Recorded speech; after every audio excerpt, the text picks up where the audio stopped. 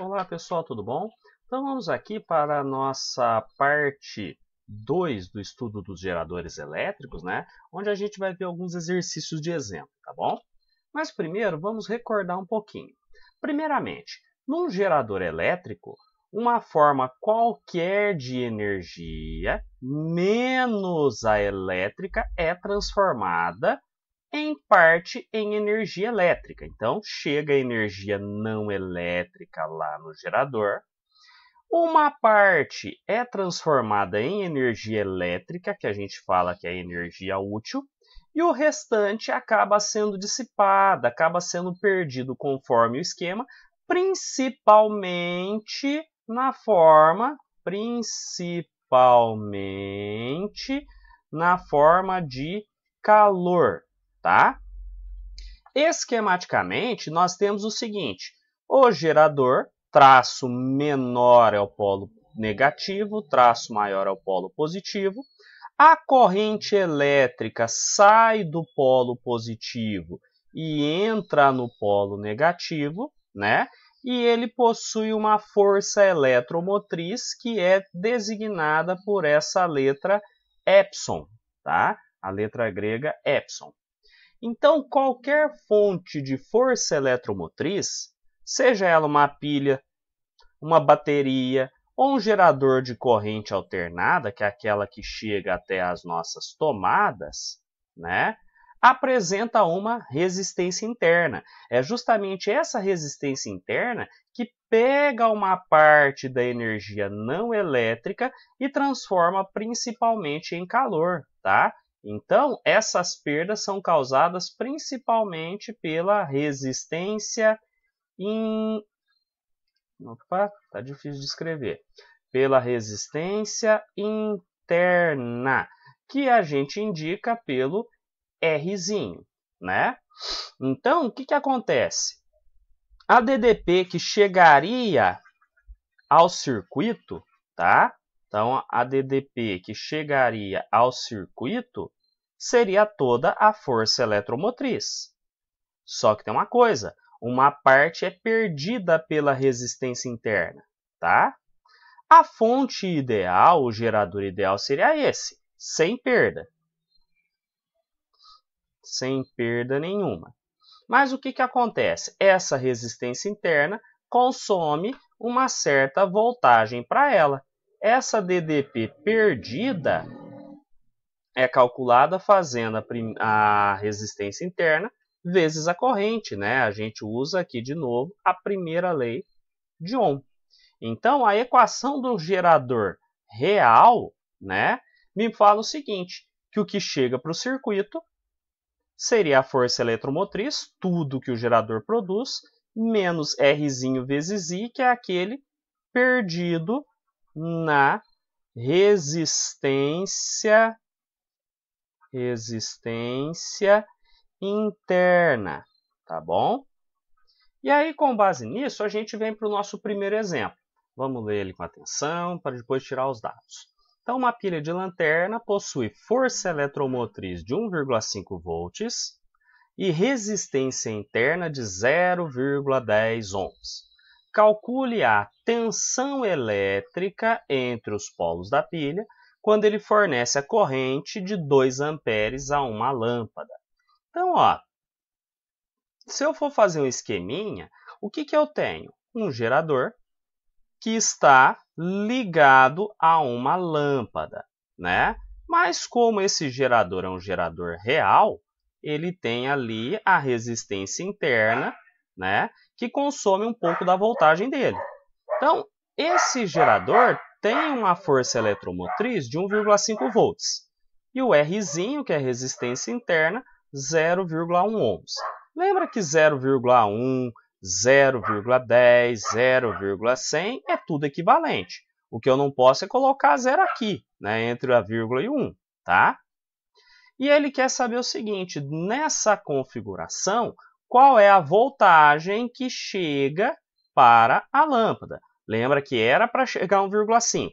Resistência interna consome um pouco para ele, né? Então, nós usamos a equação do gerador, né? Então, equação do gerador, U, que é o que chega ao circuito, é igual à força eletromotriz menos Rzinho I, que é o que é consumido pela resistência interna.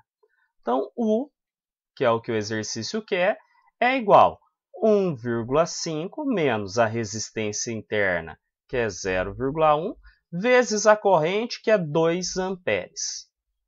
U é igual a 1,5, tem que fazer essa multiplicação primeiro, 0,1 vezes 2 é 0,2, então a DDP que chega até a lâmpada é 0,3 volts, né? Que aqui está subtraindo, tá certo? E aí, seguindo aqui, eu coloquei um pouquinho uma ideia nova, que é a ideia do curto-circuito, tá? Então, um gerador está em curto-circuito quando seus terminais estão ligados a um fio de resistência nula. Não entendi nada. Então, se eu tiver aqui um gerador e os terminais dele estiverem ligados a um fio, tá? E a resistência dele for tão pequena que é quase zero, né? Porque não existe um fio cuja resistência seja zero, mas a gente aproxima, né? Essa resistência nula é quase zero, tá? Mas a gente acaba aproximando para zero. Então, quase zero. Quando isso aqui acontece, a diferença de potencial do circuito é igual a zero. Por quê? Toda a DDP acaba sendo transformada em calor, tá? Toda a energia elétrica é consumida pelo próprio gerador, na forma de calor. A gente fala que a corrente que circula pelo gerador é a corrente máxima, que é chamada de corrente de curto-circuito, que a gente indica por ICC, tá? Então, esquematicamente, mais bonitinho, a gente tem isso aqui, ó. O gerador ligado num fio de resistência zero, temos aqui a resistência interna dele, vai passar uma corrente elétrica. Essa corrente é chamada de corrente de curto-circuito.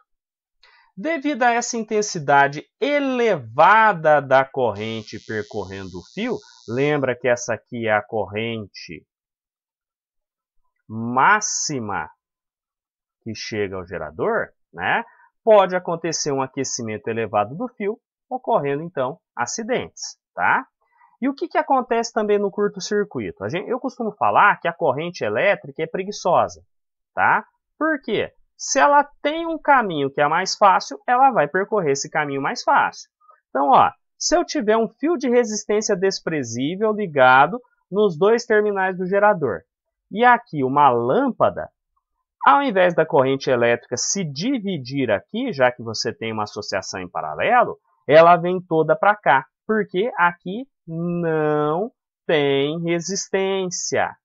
Já a lâmpada oferece resistência, então a corrente elétrica pega, olha para a lâmpada e fala assim, não quero, e ela não vem para cá. Então a lâmpada fica apagada por falta de DDP, tá certo? E aí o que vai acontecer? Como essa DDP é zero, na equação do gerador, olha o que vai acontecer. U é igual a força eletromotriz menos RI. Quando a DDP é zero, eu tenho a corrente de curto-circuito. Mando isso aqui para cá. Então, fica R vezes ICC é igual a força eletromotriz. Esse cara que está subtraindo, passei somando. Então, corrente de curto-circuito é igual a força eletromotriz dividido pela resistência. Então, muitos livros trabalham com a fórmula assim, né? Você pode lembrar dela ou lembrar que quando tem um curto-circuito a DDP é zero, de um jeito ou de outro a gente chega nessa fórmula, tá? E aí, a gente olha nesse exemplo 2 aqui. Uma bateria de automóvel tem força eletromotriz de 12 volts e resistência interna de 0,5 ohms. A máxima corrente que podemos obter dessa bateria é... Então, ó, tirando os dados, né? Tirando os dados aqui.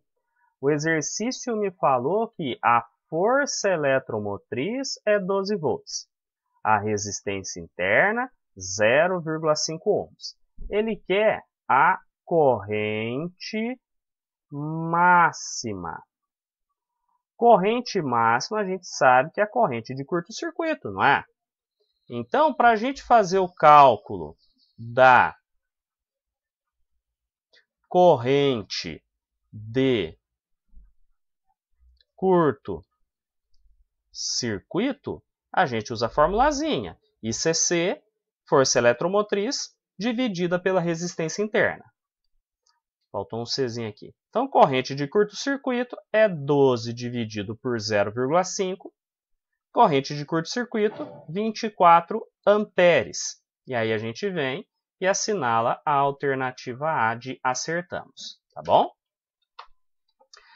Agora, questão número 3. Tá? Exemplo número 3. Quando os terminais de uma pilha elétrica são ligados por um fio de resistência desprezível, passa por ele uma corrente de 20 amperes. Medindo-se a DDP entre os terminais da pilha quando ela está em circuito aberto, obtém-se 1 volts. Determine a força eletromotriz e a resistência interna da pilha. Então, pessoal, a gente vai ter que lembrar de algumas coisinhas da outra aula, né? Primeiramente, quando eu tenho o circuito aberto, quer dizer que não há ligação, ou seja, o meu gerador simplesmente não está ligado em circuito nenhum, tá? Então, o meu gerador não está ligado em circuito nenhum. Tá aqui a resistência interna, está aqui a força eletromotriz. E quando isso ocorre, né, nós temos a DDP máxima, ou seja, DDP é a própria força eletromotriz. E ele falou que quando ele está em circuito aberto, você tem 1 volt. Então, a força eletromotriz é 1 volt. Então, primeira parte está feita. Ó. Então, a força eletromotriz a gente descobriu com isso. Agora, para eu calcular a resistência interna da pilha, eu tenho que lembrar disso aqui. Ó. Se ele está ligado por um fio de resistência desprezível, fio de resistência desprezível, a gente tem aqui o caso do curto-circuito. E falou que a corrente que passa por ele é de 20 amperes. Então, corrente de curto-circuito é 20 amperes. Para calcular a resistência interna da pilha, né, a gente lembra que a corrente de curto-circuito é a força eletromotriz dividido pela resistência interna. Corrente de curto-circuito é 20. Força eletromotriz a gente descobriu agora há pouco, que é 1 sobre R. Aí aqui, como eu tenho uma fraçãozinha, eu ponho um denominador 1 para poder fazer multiplicação em cruz. Vai ficar 20 vezes R é 20R, 1 vezes 1, 1. R é igual. Agora, cuidado que aqui tem muita gente que confunde. Se eu quero isolar o R, é quem está acompanhando ele que vem para o lado contrário, fazendo a operação inversa. Então, repare, é o 20 que está multiplicando. Então, é o 20 que vai dividindo. Ah, mas e quem vai ficar em cima? Quem não mudou de lugar, é o 1. Às vezes, né, na maioria das vezes, a gente não gosta de ver uma conta feia assim. Dá uma vontade de fazer 20 dividido por 1. Mas isso está errado. Por quê? Novamente, quem acompanha o R é o 20, ele que tem que vir fazendo a operação inversa. Então, a resistência interna dessa pilha vai ser 1 dividido por 20, que vai dar 0,05 ohms, tá bom? Então, por enquanto é isso daqui. Bons estudos a todos, pessoal. Até mais!